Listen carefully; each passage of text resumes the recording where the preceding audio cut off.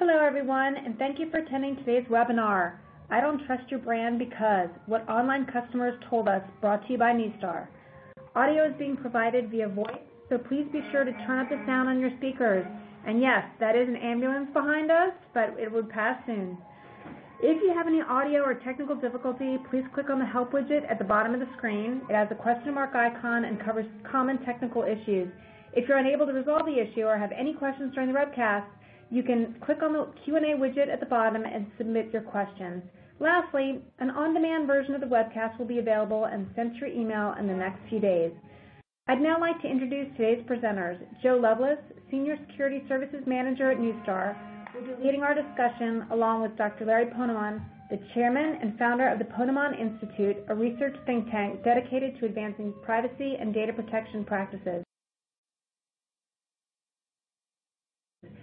Welcome, gentlemen. We look forward to an interesting hour discussing how companies can build and maintain trust in their digital brands. Thank you, Rebecca. Well, hello, everyone, and thank you for joining us today. I'm Joe Lovelace with Neustar. You know, if you're in business today, you are absolutely doing business online, and there are a lot of resources that help us improve our online performance. There are many webcasts and white papers and consultants. There's a lot. But what about that moment when human desire fuses with its digital catalyst?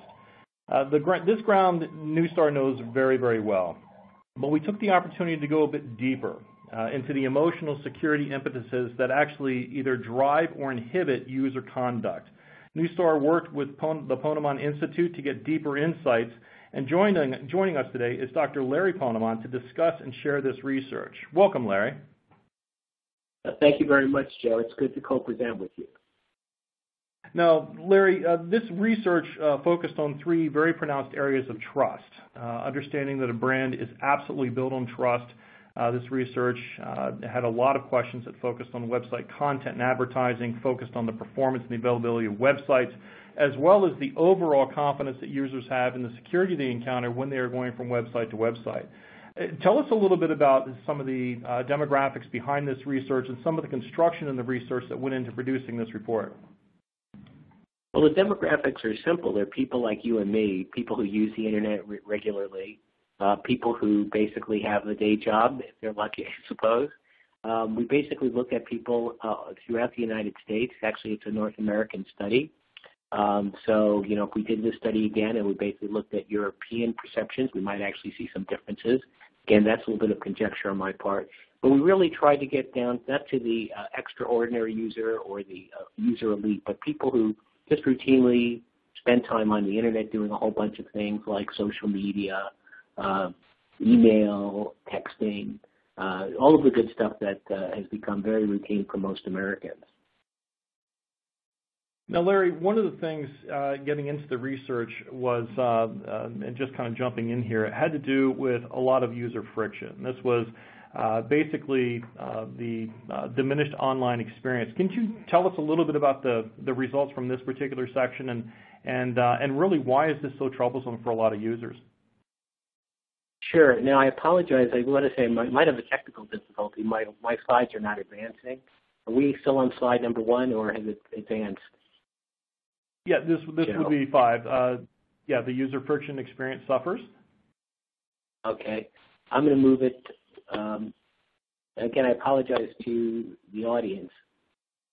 But basically what we have, and again, I'm going to have to use a manual copy, so you might hear papers flipping in the background. Again, I apologize.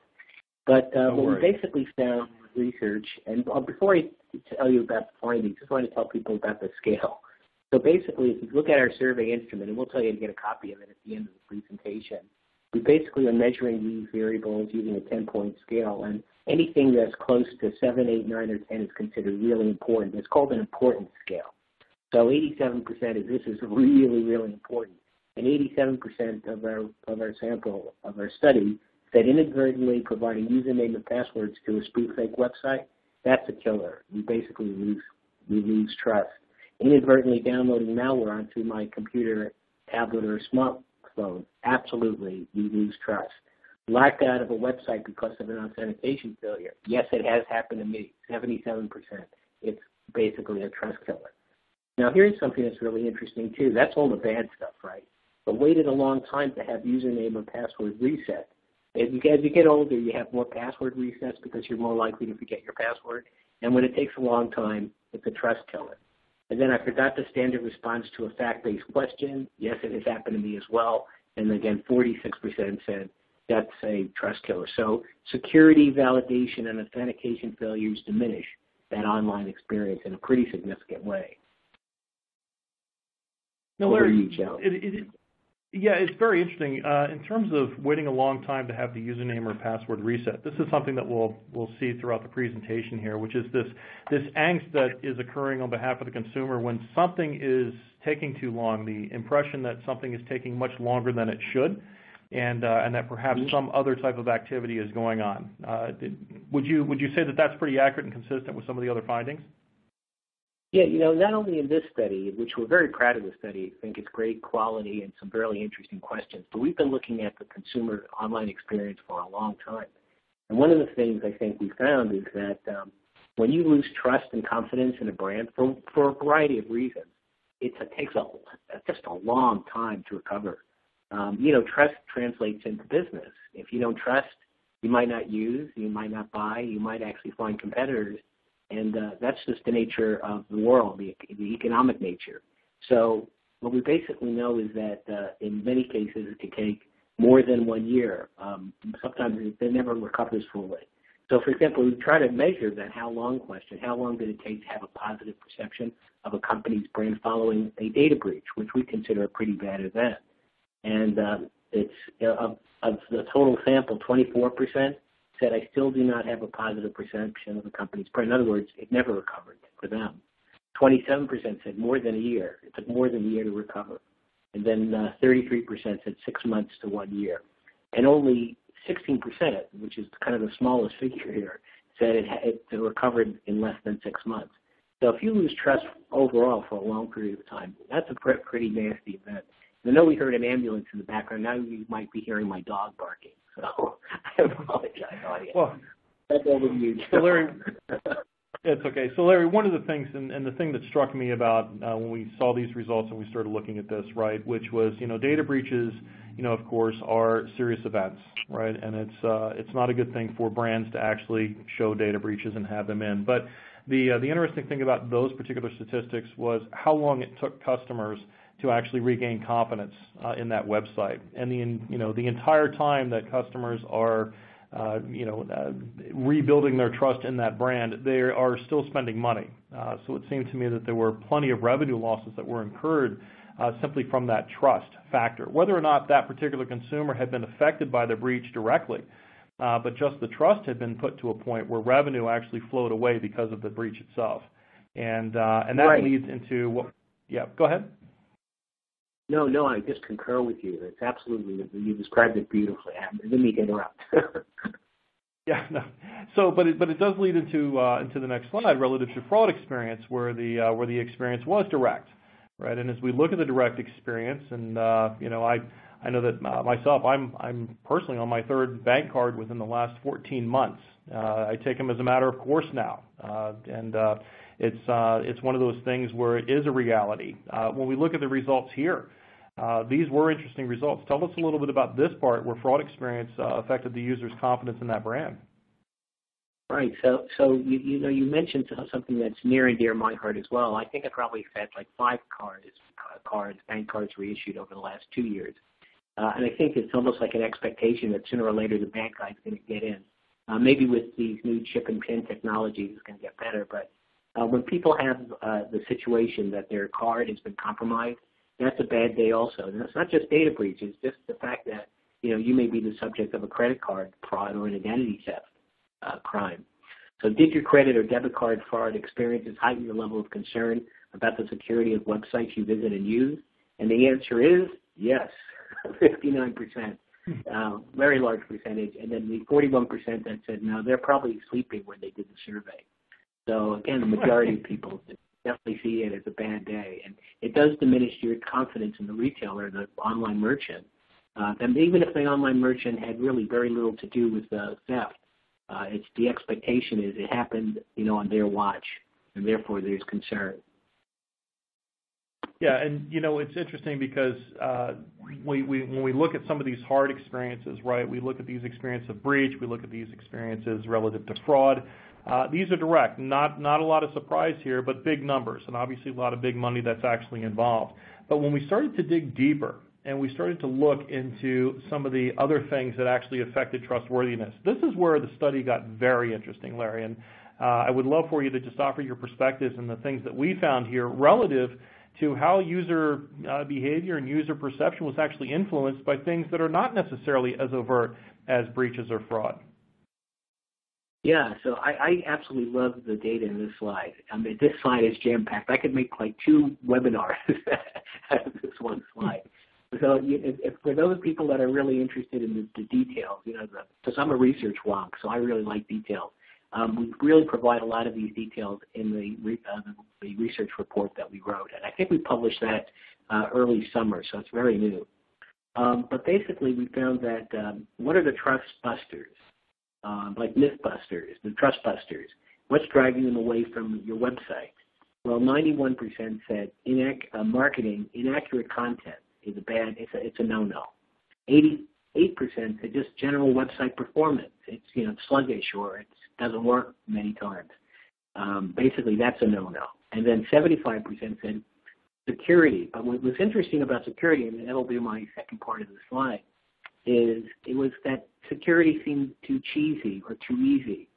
That could be a problem. And in fact, if you go back in time and you look at an Ponemon study from, I think, about 2003, about 12 years ago, people hated security. If there was a way of having no authentication, they would choose that. The world has changed, and people have an expectation of security. So if you make it too easy, you're likely to, lose confidence, from users of your system. So these are the numbers. 91% say, I do not trust websites that contain errors or mistakes. So content becomes important. Typos, little things like that you may see, but content is very important as a trust builder. So good content, accurate content. Or I did not trust websites that frequently go down. Again, availability becomes really important. Or I do not trust websites when identity and authentication procedures are too easy or appear to be too easy. Or I do not trust websites that take too long to load. Again, performance. I didn't trust websites of companies that have data breaches. And you could read the rest. Actually, at the bottom at 31%, I do not trust websites that only rely on a password as an identity and authentication credential. So, again, making things too easy in this day and age basically causes people to question security. These are kind of the three legs of the stool. These are kind of the pillars of trust. Quality content, security, and security. I'm sorry, Joe. Go ahead. No, my apologies. I'm enthusiastic about this slide as well for 2 reasons. One is I think a lot of people would lose a $2 bet if you asked them, out of marketing, IT, and security, which actually affects users the most in terms of eroding trust. I would think a lot of people would put it on IT or security. I'm not sure how many would make the bet that marketing actually just is king of this pile, right? Which is inaccurate content. That's a big deal. We do an awful lot of talk about bits and bytes, but it's really about business. And marketing absolutely is key in terms of protecting trust. What is interesting and what supports this is if you look at the bottom, right, or towards the bottom, we see that I don't trust the websites of companies that have had data breaches, right? We were just talking about that. That's 63%. That's kind of that hammer over the head. Data breach, I don't trust the brand. But at the top, right, it's that I don't trust those that actually have errors or mistakes. And I'm wondering if you could actually offer any insight into the disparity between what is clearly an overt reaction to a problem versus what seems to be more of a perception relative to some of the marketing efforts that the brands are putting forth. Right. It's mostly like marketing. If you have questionable content or content that is an error, you basically start to wonder about the quality of the entire website, quality including security, privacy protections, and so on. The other issue I think that's salient, and this isn't based on our research, this is actually conjecture on my part, but a lot of people are worried about spoof, phishing, for example, and spear phishing and spoof websites. When they see inaccurate content, they start to wonder, am I really here? Or am I, am I on a lookalike website in the Russian Federation somewhere? So I think those two things taken together has created the general view that, shoddy or poor content or quality or control over content coupled with security are really major drivers to trust or the diminishment of trust. It's interesting to just, to realize that, content errors, whether they be, errors about product, services, or just simple grammatical oversights, can actually, result in diminished trust. That would actually play a role in some of the anxiety that consumers will have visiting the site. Now, at the bottom here, when we talk about relying only on passwords to identify and authenticate, we're going to save that because we know that we're going to be talking about that in a minute. And you're right, we could do 2 webcasts on this. We've only got time for 1. But I do want to move on to this next piece, which is around performance. And this is interesting, right? We were talking a little bit earlier about the response times and kind of this comfort factor of not just simply performance comfort by consumers, but how it can creep into their mindset that slow performance might indicate something else is occurring. Tell us a little bit about this segment of the research and what we learned here. Yeah, so what we found is that slow sites, I like this title here in the slide, slow sites, faster distrust. And basically we found that 67% of consumers said they lose trust when pages load too slowly. 78%, huge percentage, worry about security when site performance is sluggish. They take that sluggishness, just like inaccurate content, as a quality issue, and therefore they start to wonder, is this website securing my data, protecting my privacy and so forth.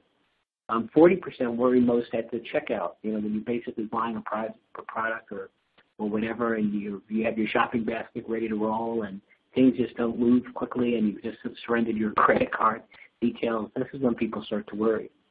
So, what's really important on the other side of the slide here, speedy checkout, 2 times as important as quick navigation to another page, and almost 3 times as important as accessing the home page. So really that if you think about where trust has the biggest impact, it's at that final stage. It's like the checkout experience. And if you do that wrong and you basically have availability problems or you're kicked out of the site, you're probably going to lose people. People are going to walk away and find a replacement pretty quickly. Unless you're dealing with the government and you have no other choice but to have to go back into the miserable, and I shouldn't pick on government, but you know what I'm talking about, Joe. I do, yeah. Well, one of the things that's interesting about this, Larry, is I think a lot of folks would find themselves in that 40% worried about checkout. You have many of those forms, whether you're paying your monthly bills, your mortgage, your car payment, whatever it is, and it says don't click twice.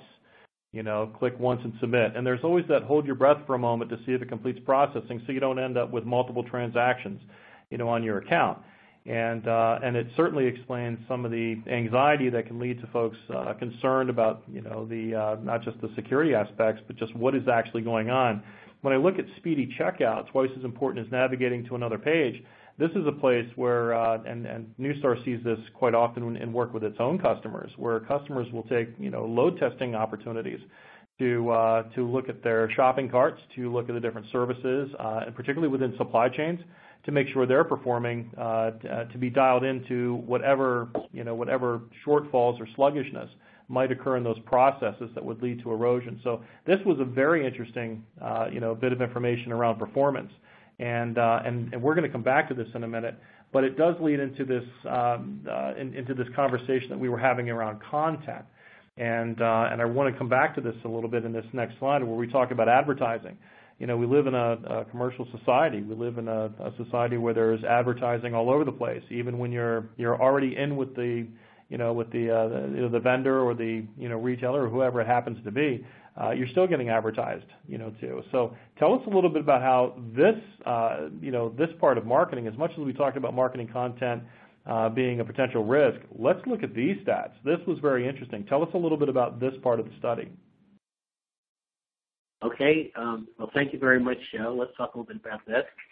And I have to find my page here. I'm flipping on my manual copy. I apologize for the flipping page noises. No. It's okay. Okay. It's when we look at I'm sorry, go ahead, Larry. Oh, and I was going to say, what we already said before, and I think it's amplified by some of these data points. I just love this slide. Inaccurate content does damage trust.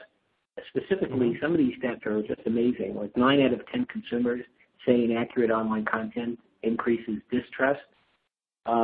Basically, what ranked last on our list of things that cause distrust is respectful advertising. I think advertising that's respectful is a good thing, but it wasn't necessarily a trust builder. 52% of consumers dislike ads that take them to other sites, that get redirected. I know I hate that. I'm not sure about you, Joe, but that's definitely a bad characteristic. When you basically think you're in one place and you're pulled into another place. What respondents dislike about websites? Ads that interfere with content. Again, this is that whole quality experience. Ads that redirect me to sites that I don't want to see. Slow page loads or poor response time. Difficulty in navigating the site and finding the content you want to see. Cumbersome security requirements. So again, remember that security is a very important characteristic. You don't want to make it too easy, but you certainly don't want to make it too complex either. That could be a problem as well. Too much personal information is requested or surrendered. Pop-up warnings about the security of a website. People don't even understand these pop-up warnings, but they know they're a bad thing, and again, that causes distrust. Ads that are of no interest, so poor targeting, inability to erase or edit personal information that was already provided. These facts, I think, basically create a kind of a negative experience and result in the diminishment of trust in a pretty significant way. What's your read, my friend? Well, what it is, it's interesting because I know just professionally working with customers as well as just as a personal digital citizen, the fact that advertising has a role. I love clever advertising. I love advertising when it's sharp. But I know a lot of customers as they work on targeting. Targeting is tough, and being able to get the right message to that right person is always the key. To see the fallout from getting that wrong, ties into real revenue, and I think that that's what we're seeing in a reflection of the numbers. When I look at something, particularly in this part, the inability to stop being tracked is very interesting, right? This is because that's the tug of war, right? People with websites, customers or companies with websites are constantly looking to be able to get that messaging right, and yet there's that you're asking for too much information. I want to stop being tracked so much. It is a very interesting balance, but clearly there's revenue fallout and customer loyalty fallout that comes from those two forces, don't you think? Oh, absolutely. And definitely there's more than two forces, but those are two very significant forces. Cause the trust factor to diminish. Obviously any of these factors are negative. So I think that's the message to organizations is you have to be respectful. Tracking is a big problem, though, and I think some of the privacy requirements, especially in Europe, the do not track feature becomes very important, and organizations have had a hard time, quite frankly, implementing a no track policy. But that's another story. Larry, it is, and that'll be another day, but that is a story to actually talk about at some point, because one of the things when we look at the 52% at the top, consumers disliking ads that take them to other sites, the latest stats show us that there are over 3 billion users on the internet. There are over 1 billion websites. Getting attention is tough enough. Ads that will actually move you to a different site. That was very interesting to see that more than 1 out of 2 people, over half, actually dislike those kinds of ads. And that's one of the things where it's tough enough to get attention, but it's another thing that once you have their attention, they've come to see you. Here we come into this part of the study where we talk about availability, and we talk about the different types of verticals relative to consumer taste. Take us through this, because this got very interesting, and it does touch on the government part that you were talking about a little bit earlier. Yeah, this is a very interesting slide. So we actually did look at some industry differences. So we looked at government sites, for example, and financial service sites and social media sites. And what we basically found is generally people, if they go to a website and they can't get in, they'll try again, they can't get in, it's over. In other words, only 2 chances to connect on average. Now, when I say it's over, it doesn't mean you don't go back there at some point in the future, but in terms of that immediate experience, I'm going to try to get in, and I want to go to my favorite website and buy a gift or whatever. If it rejects you twice, normally there is no third time. Now, financial service sites, in our research, consumers give up faster, and I think the reason is when you have a problem with your bank, there's like this expectation, right, that, hey, it's my bank, they better be available, because they have my money. And therefore, you start to lose confidence when your financial service, your bank or your investment company, your brokerage firm, whatever, but basically when those websites are having problems and availability issues, there's kind of this greater concern, is there something wrong? Is there a security issue? Retail sites, fast abandonment, I think 59% are prone to abandon unavailable websites. There's loyalty to a point, but if you keep on going to a retailer that you like and they're always down, you're going to find a substitute pretty quickly. Now, here's, I thought, the finding that was most interesting. People are willing to give government sites a second and third and even fourth chance. 58% say they continue using a government site despite problems with downtime.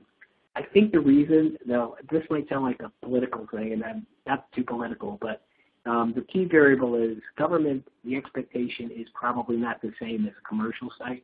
So, for example, if you go to .gov or healthcare or some other Social Security or IRS, you wouldn't be too surprised if it basically said, "Come back soon. Our system is down." There's not that expectation that we would have dealing with highly trusted consumer sites, especially financial services. But it also is interesting that social media sites, people were pretty forgiving there as well. 6% said they would wait an extra 5 seconds for pages to load, but 56% said would give unavailable sites more than 1 or 2 or even 3 chances. There was more openness to that as well. So anyway, we thought these are some interesting findings. I think there were other findings as well in the room or in this slide. But Joe, what's your reaction to this, my friend? Yeah, so one of the things that's interesting relative to government is there may be an expectation. We currently function within a tech corridor of Northern Virginia, so there is literally just almost an infinite amount of technology and resources being spent to put IT within government.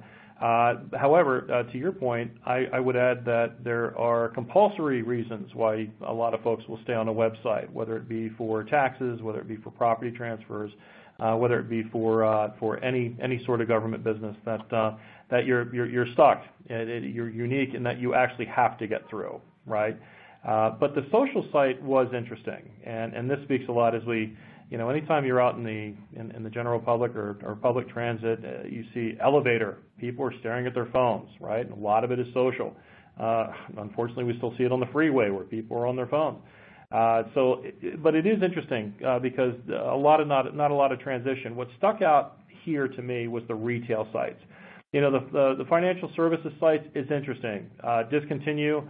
A lot of those folks, you would think would tend to come back, and I would love to see some secondary studies just on that. We did a lot of financial services studies here at Newstar this year, and we see kind of a circling of the drain of where the tolerance is for bank consumers. But it's the retail sites. Much easier to replace a retailer than a bank, right? And that's big money. 60%, 2 out of 3 are prone to abandon the available site. Now, they may come back, but somebody else is getting the sale at that moment. And that's one of the things that really kind of stuck out here. Again, leading off with you've got 2 chances to connect. It's 1 out of 2 or you're out of there.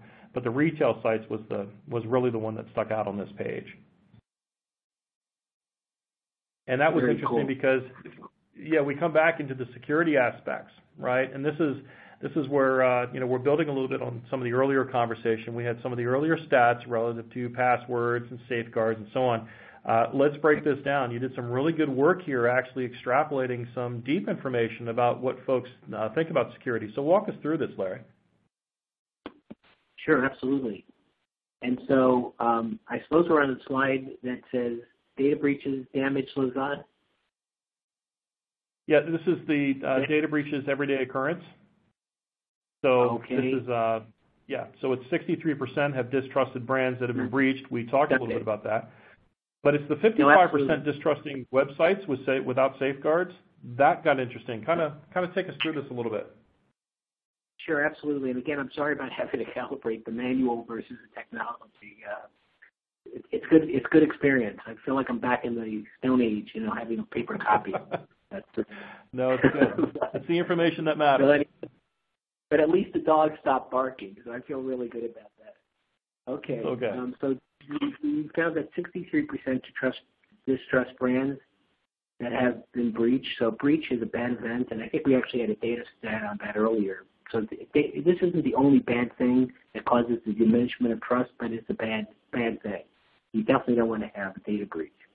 55% distrust websites without security safeguards. And, I think, again, it's that expectation that if I'm going to surrender personal information or payment information like my credit or debit card, I want to make sure that there's a reasonable assumption about security. In other words, they're doing enough.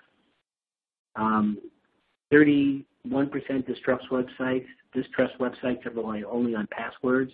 I think most people realize that passwords are probably not the end-all for security, and especially if it's an easy password.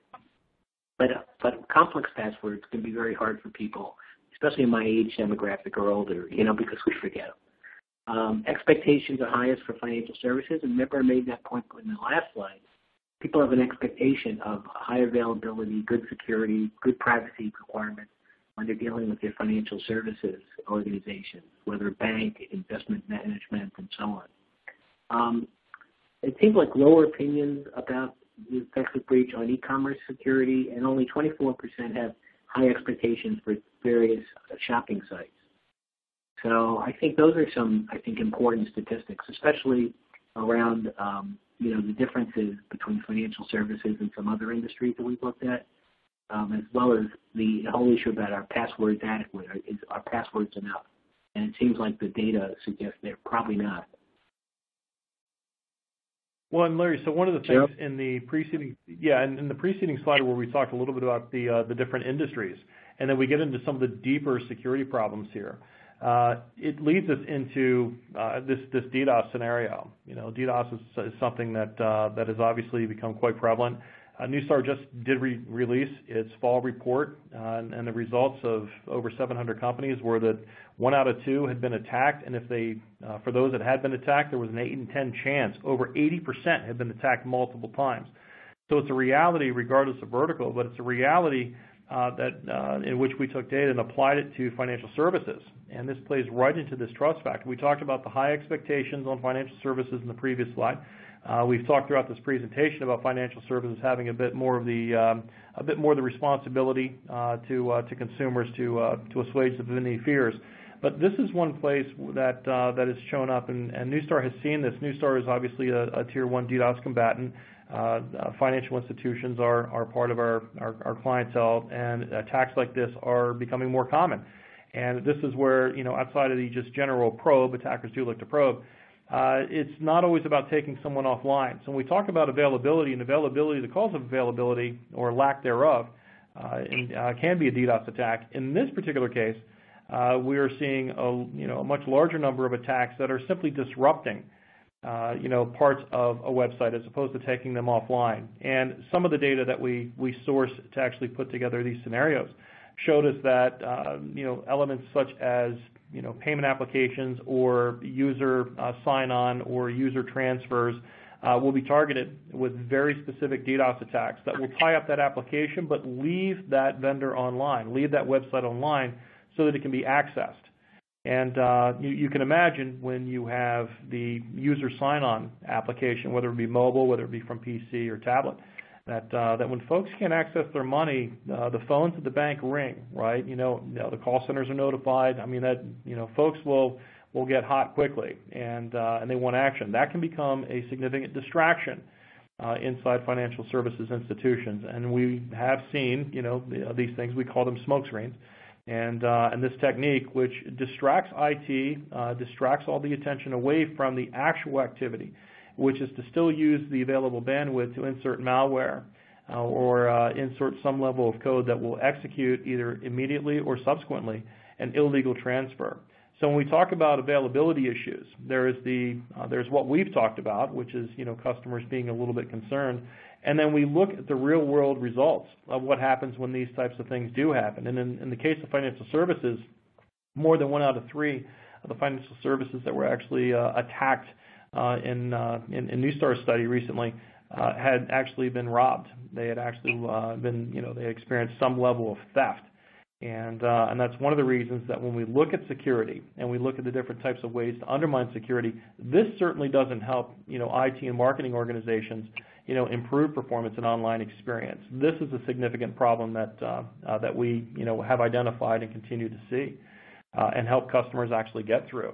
But it leads into this next thing. This is when we look at this next slide, we're talking about privacy and security, some of these forces that at times oppose themselves, some of these forces that at times work together. Take us through these three stats, because this was interesting. Consumers distrusting brands, but getting annoyed with stringent security, that's quite a low number at 24%. And yet some are familiar with malware. Tell us a little bit about what went into this aspect of the study.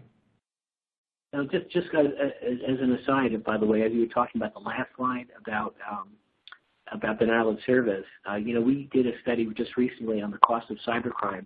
We looked at different attack types, and the most expensive attack type is, in fact, denial of service. And that's not just in the United States, but globally. So it's a very expensive proposition. Each attack, on average, is about $250,000 of cost, even a little bit more than that. And as you said, an organization might have to withstand, 11 or 12 attacks before they actually bring down the system. So it's a very expensive proposition, and denial of service can be very nasty in terms of disruption to an organization, as well as the exfiltration of confidential information or payment information, or in the financial services world, or real money. It's a big deal. But again, going down this slide, and I'm glad you cited my friend Nuala O'Connor. She's a friend for many, many years. It's a great quote. But well, we basically find that authentication, as I mentioned before, can be a quality sign, and it can be a sign that the organization is serious about security. The inverse of that is easy authentication doesn't improve the customer experience. So authentication is important, and if it's too cheesy, people start to wonder how secure is the site. Well, as you said before, a very interesting stat is only 24% get annoyed with stringent security. It used to be probably more like 100%. People now expect security. I suppose you don't want to make it too complicated, but there's that balance, right, between making it convenient and making it secure. So keep that in mind. 64% of consumers are familiar with malware. I'm not too surprised about that, because it just has such a huge impact on everybody that's online. That if you haven't experienced malware, you're probably not using your system very often. But the bottom line is there seems to be an increasing acumen among consumers around security issues. I think these are important stats. What's your view, my friend? Yeah, well, so I do think they're important. It was interesting. You did an excellent study late last year that actually put one of the few numbers I've ever seen applied to a customer record of $201 per customer record that was stolen, and and that racks up. So the numbers rack quite high. 10,000 customer records stolen, that's significant, and can certainly undermine trust. What I liked here is it was encouraging to see that basically 76% of those that actually have been researched were okay with stringent security. So there is an expectation that things should be a little bit tougher. But it is interesting, because when we get into what it takes to be able to keep and retain customers, really it's so much about building trust. So in terms of just some of the good news, as we kind of come into a bit of a final swing here, one of the interesting things is basically the aspect of where people are. So you've got a large number of people that want some stringent security. Tell us about this part here, about their expectations of both security and privacy. Sure. So again, as we say, relative to brand perception, how important are security and privacy? And what we are showing out here in terms of the stat, that 55% for security and 50% for privacy is important and very important response. So there's a middle response called somewhat important. We were looking at kind of the high end of the scale. And obviously for a very large percentage, and the majority, and just about the majority at 50%, actually it's a little over 50%, we basically see that security and privacy are essential. They're very, very important. So if you want to attract new customers, if you want to keep existing customers, you have to think about security and privacy issues. You can't say, well, it's important and we'll get to it later. That's like an afterthought. It has to be from the very beginning of your site. The experience of the customer is they want to be somehow have a sense of comfort, if you will, that their personal information will not be misused, abused, stolen, and so forth. And that's a combination of privacy and security. The yin and yang, right? And that, you can't have privacy without security. Yeah, that's absolutely true, and that is, as we move into this digital age and we look at mobile, we look at wearable technology, the Internet of Things, all sorts of wonderful things going on. There was a outstanding conference with Amazon Web Services in Las Vegas a couple of weeks ago, and reInvent, where there was an amazing world that is unfolding in front of us, and that's going to drive an enormous amount of security concerns and opportunities for businesses to grow and build their brand. But when we look here around mobile and wearables and Internet of Things, there's this deluge of technology that's coming our way, and we continue to break out of this traditional security model, and yet every one of these aspects of our lives, some are already there, many of them are already with mobile. But as this becomes ubiquitous and everyone is wearable, everyone's in IoT, everyone's affected with mobile, it is interesting to see how brands will be able to communicate and reassure consumers. And I would love your take on, basically this element of where we're going against some of the research and some of the results that we saw in this study. Yeah, so, Kahneman Institute has looked at, and we continue to look at, Internet of Things as a very important driver to improve security and privacy issues. So as we live in a connected world, we're already in a connected world. I mean, obviously, if we have a smartphone, we're connected. But having lots of things that connect to each other and talk to each other and pass information between and different devices and different people, and it starts to become a mess. And unless you think about security and privacy at the design phase, at the early phase, you're going to miss the boat. You're going to basically have a system that can be grossly insecure and very harmful to a large cross-section of people in this country and around the world. So, we've been looking at this issue about connectivity and the Internet of Things, and the concept of a computer being your refrigerator, your watch, the car you drive. All of these devices are basically, for purposes of convenience, making it very easy for people to live, but also very hard from a security perspective. How do you secure and ensure privacy? So I don't have an answer, by the way, but it's definitely on the radar screen. And regulators... It is, and it's still unfolding, right? As I'd mentioned earlier, one of the pieces of ground that Neustar knows very well is just where human desire fuses with that digital catalyst, right? It's where people are reaching into this digital space to actually execute. And the challenge for marketers and IT and organizations is really to be able to keep that trust, to make sure that engagement occurs, to not inhibit or not obstruct. And this has just been, the results here have just been amazing. And this is absolutely a new age we're moving into, and it's both equally challenging as well as exciting. But Larry, you've got some caveats here that you wanted to share relative to the research. So let me hand this to you. Sure. So this is the food label. So we're very, very pleased to work with Neustar. We're very proud of the good quality results that we have from the survey and the study in general. But like all surveys, there are inherent limitations. We call these biases. The non-response bias, you probably know what that is, sampling frame bias, and self-reported results that can, in fact, vary based on the attitude of an individual on a given day. We try to manage these risks, and we look for patterns that suggest that we have a large bias or a significant bias. So we take those steps, but they're still always there. There's always the possibility that it could have influenced results. But despite these, we feel very confident in the quality of our research. And it is a pleasure to work with Neustar as a research partner. Back over to you, Joe, and thank you for letting me do the food label. Yep, no worries.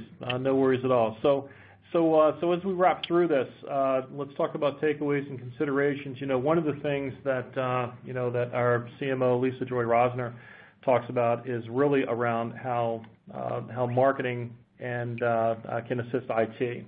And when we get into marketing and IT working together, it is something that it too is a fusion that we continue to see much more of. And Neustar has done not only a lot of research, but works with companies that are looking to bridge this. Neustar, of course, services both marketing and IT.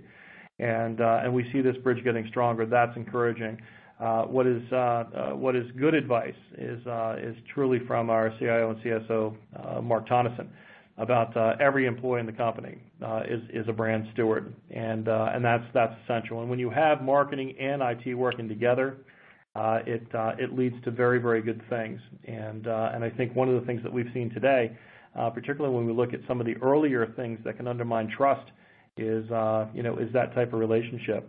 But Larry, what are some of the key takeaways? Let's talk about some of the key takeaways from this research, and before we open it up to Q&A. So I'm going to echo what you just said. Really, number one, customer trust drives the brand, right? It's not the opposite. It's basically you need to have trust to have a high-value brand. There isn't a brand out there that's based on organizations that are distrusted. So trust becomes very important to, and probably the most important asset of any organization. Now, with respect to maintaining trust, let's face it, breaches are a big problem. And a lot of people say, well, it happens every day, and we're kind of not even thinking about it anymore. It does affect our perception of organizations. So don't have breaches. That's a major takeaway. And if you do have breaches, manage that process the right way. Be honest and forthright with your consumers. We mentioned, I think in several of the slides, content, security, and availability, performance basically, are a big risk to trust.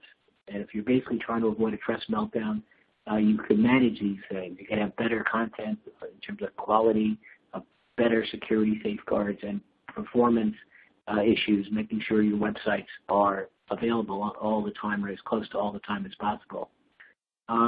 New digital age demands require more attention. We just talked about the Internet of Things and Apple Watches and smartphones that talk to us and all these great things. Basically, security needs to be a center stage issue as these connected networks expand. And you said this very, very well, Joe, but everyone in an organization is a brand steward to the customer. You can't have a trusted brand if basically parts of your organization is distrusted. And so that's kind of the nature of the universe as I see it. And take it away, Joe. Yep. Well, there's so much data here, and it's interesting because there's a lot for security professionals, IT professionals, marketing professionals, and some of the considerations that really need to be part of any strategy. Clearly, about getting tough on authentication. I think some of the statistics that you showed earlier around folks not wanting it to be too easy, not wanting it to be too tough, but as you said, Larry, being able to find that balance.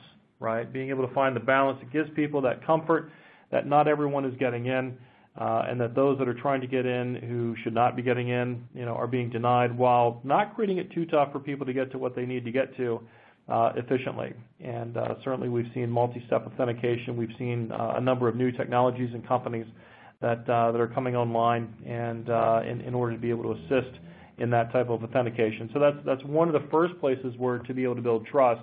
A lot of organizations, a lot of folks we talk to are quite serious about being able to have the security seals, things at the bottom to reassure folks, whether it's at checkout, whether it is at login, to just let them know that it is a secure experience, that all that is being done can be done. And when you look at some of the enforcement capabilities that continue to be amassed by the Federal Trade Commission and government agencies, accountability on security practices is something that is continuing to rise. We're seeing some notable cases. In the last few years, the FTC has settled over 50 data information security settlement suits, and we see that the government is serious as well to make sure that there is a really good stewardship of information as well as practices and processes by companies. And a lot of that starts with authentication, is letting folks in who need to be in and keeping folks out who shouldn't be in.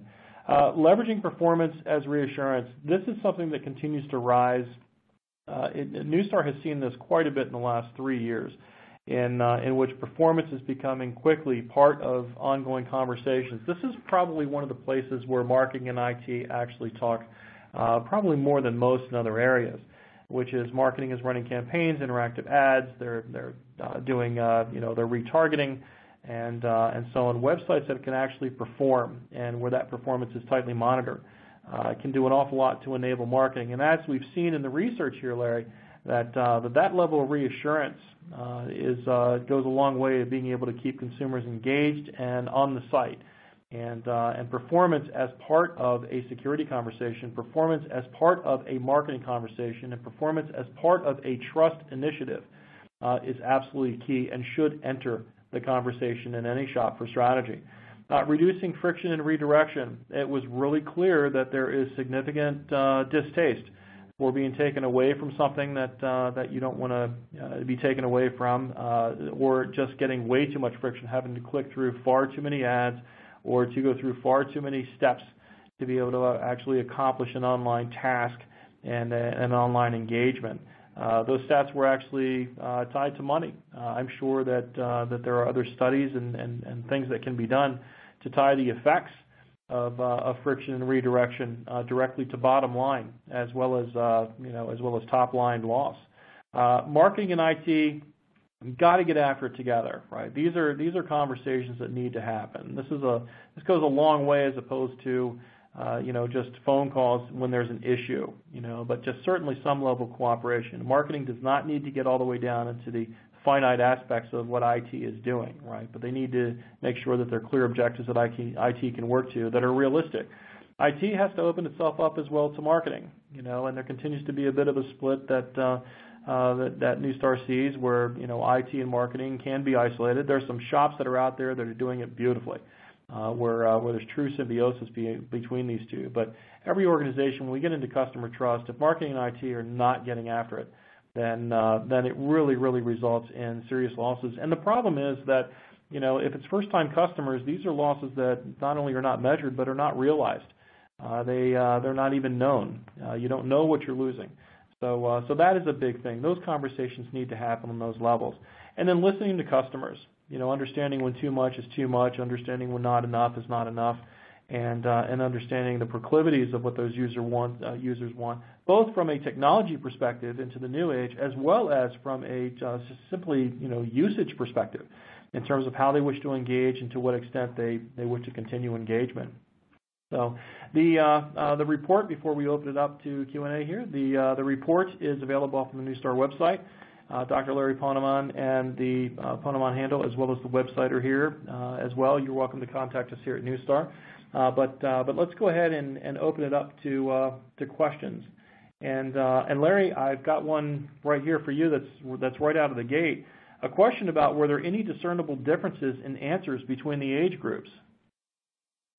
Great question. And we looked at age as one of the demographic variables.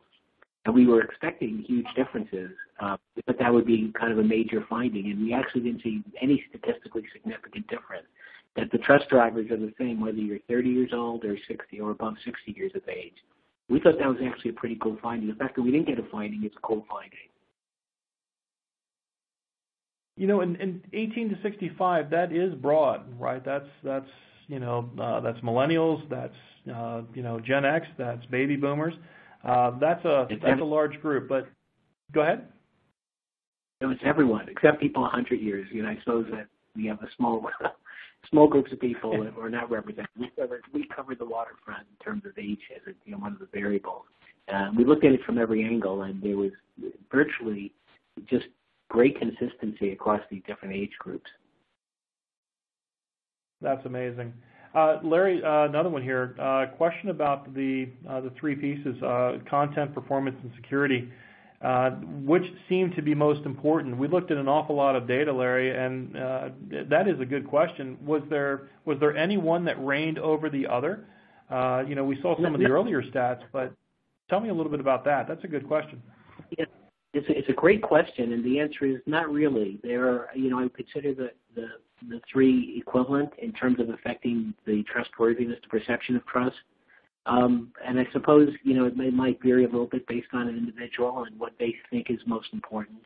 But definitely performance and availability was a major issue, right? I mean, I'm not, telling something that you don't already know. But basically, if you go to a site and it's not available, it's down, or it's sluggish, people worry. And you start to worry about the inherent integrity, if you will, or security of the site. And this is especially true that when you're in your website experience, you have that final stage, and about to buy something and surrender your credit card detail. And when the system doesn't work, there's that bad feeling like, am I really safe? I really trust this website with my information. So again, all three are very important: performance, security, and content. If you have mistakes and typos and things that just don't look right, people are going to wonder, is this a real website or is it spoofed, or do they really have any quality control? That becomes a very important issue as well. Yeah, Larry, it's interesting. Neustar actually provides services in all these areas, but one of the things, it's a little tough to answer here because there's been an uptick in interest in all three of these areas. We've seen equilibrium in folks that are concerned. But the fact that they move together, and in a world where there is so much instant social media, to where companies who may be experiencing, it's not good enough to get 2 out of 3 right? You can show up in the Twitter sphere, you can show up anywhere socially, or comments on a page on an article. There's many places now to where shortcomings in any one of those 3 areas can be shown. So that's a really good question, and again, I thought the research did wonderfully well in being able to help us understand that a little bit better.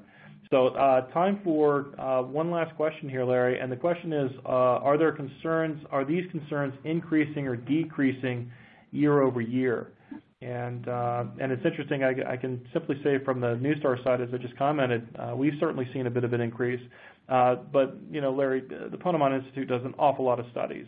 What's some of your perspective in terms of, how much this has grown in priority, or what elements have grown in priority? Yeah, we've been tracking privacy issues and security data protection for now 15 years. And I could say emphatically that it's an increasing issue for people. People are very concerned. Maybe in part it's just media coverage of the story. Maybe it's just, like we mentioned, the number of credit cards we had reissued because of fraud issues. All of these things taken together, I think, is driving concern. And I think it's important, if you want to be a trusted organization, you have to take that perception into account. You can't assume that privacy or security is someone else's job. You have to build it so that we'll create an environment for the consumer so that they feel safe and comfortable when they're on your website. So definitely it's an increasing issue.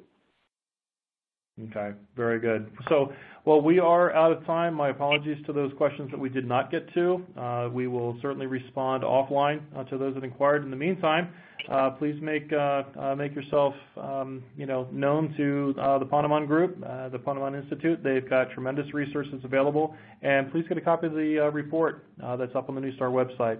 Thank you for joining us, everyone. We certainly appreciated sharing some time with you today.